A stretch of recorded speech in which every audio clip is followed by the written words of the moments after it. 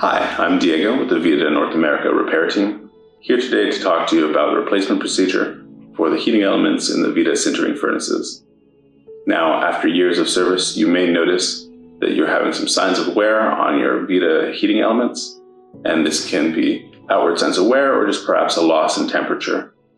And the following video will help you to decide whether or not it's right and the appropriate procedure to replace those elements. The heating elements, when new, will have a shiny and uniform appearance. As they begin to age, you'll start to see some hazing appear. They may start to warp slightly, and you'll see discolorations. As they age even more, microfractures may appear. You'll see greater discolorations. And if you haven't been running your cleaning cycle, that initial clear and shiny appearance will fade as the protective coating on the exterior disappears. To begin with, we're going to remove this shroud, but before we get into that, we advise you to just go ahead and remove your firing trays from below with a soft cloth below. Just in case anything falls, you won't damage your firing trays. After that, you're going to need a Torx socket, prefer a Torx 10. There are two retention bolts right on the bottom here. You can locate them and remove them.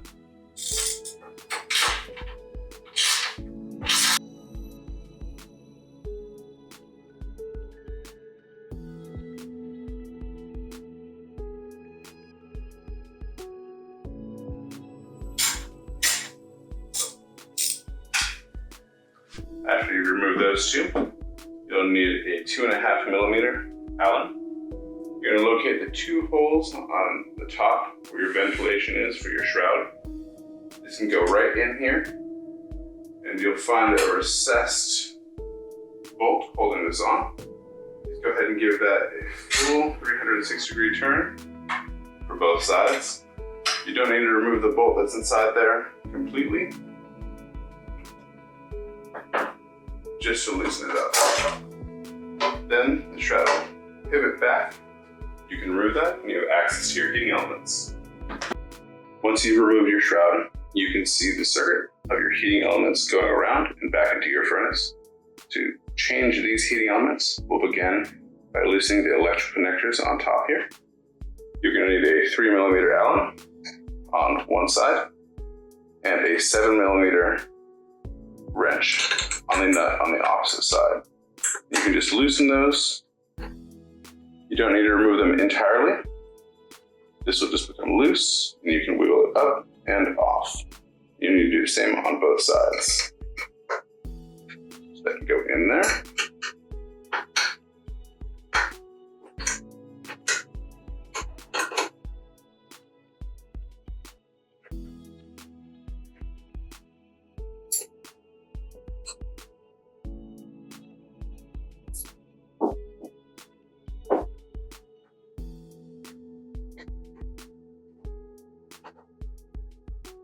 Please be gentle, as the heating elements, especially as they age, can become more brittle. So just gently wiggle.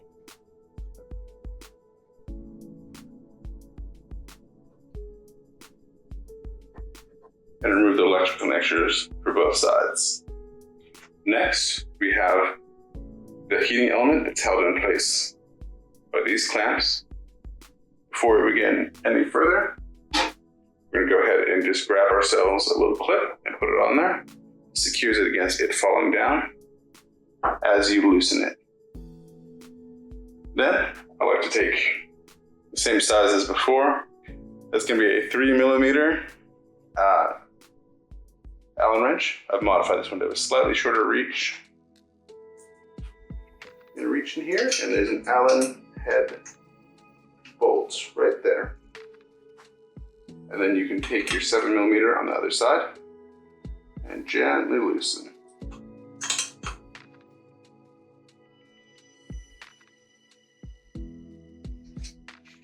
Again, for these ones, you don't need to remove the bolt entirely. I like to reach inside the furnace and support my heating element as I remove the clip. And then I can let it drop, perhaps a little gentle encouragement.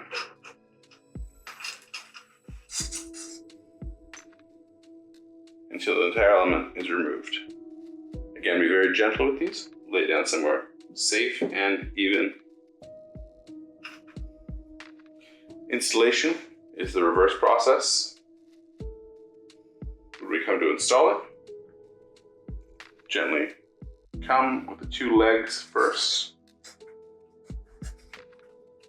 Visually sight down the two holes in the top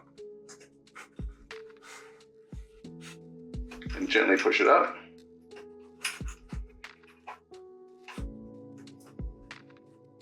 Making sure that the equipment to clamp it stays out of the way. There we go. Then I like to bring my clip back in. Just gently hold it.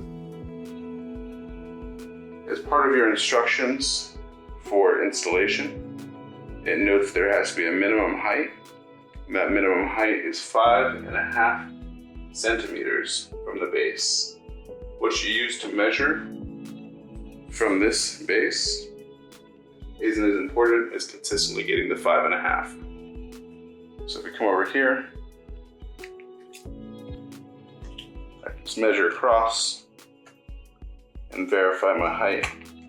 I'm currently at 5, so I'm still a little low on where I want to be. In which case I can just come here and adjust it, push it a little bit up, release and re-clamp it, and measure again.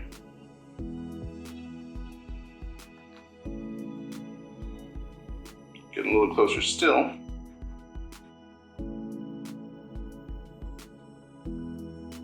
That's just about perfect. So I'll go ahead and hold that tight with my clamp. Please exercise caution when tightening these on. They have to be snug, but they don't need to be extremely tight.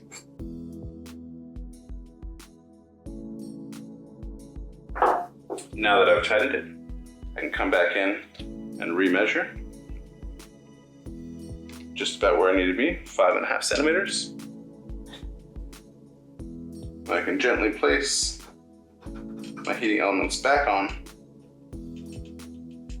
making sure I have full coverage all the way to the bottom of the post on both. After I've secured those, it's time to make sure that they're nice and tight. Coming in with our 3mm Allen and our 7mm open-end socket.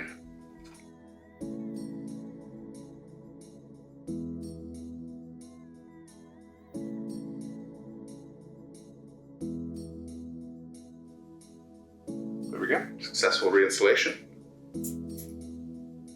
I hope that video was helpful for you in deciding whether or not to replace your VITA heating elements. If you have any questions that fall outside of the scope of that video, feel free to give us a call here at VITA North America. We'd be happy to help you.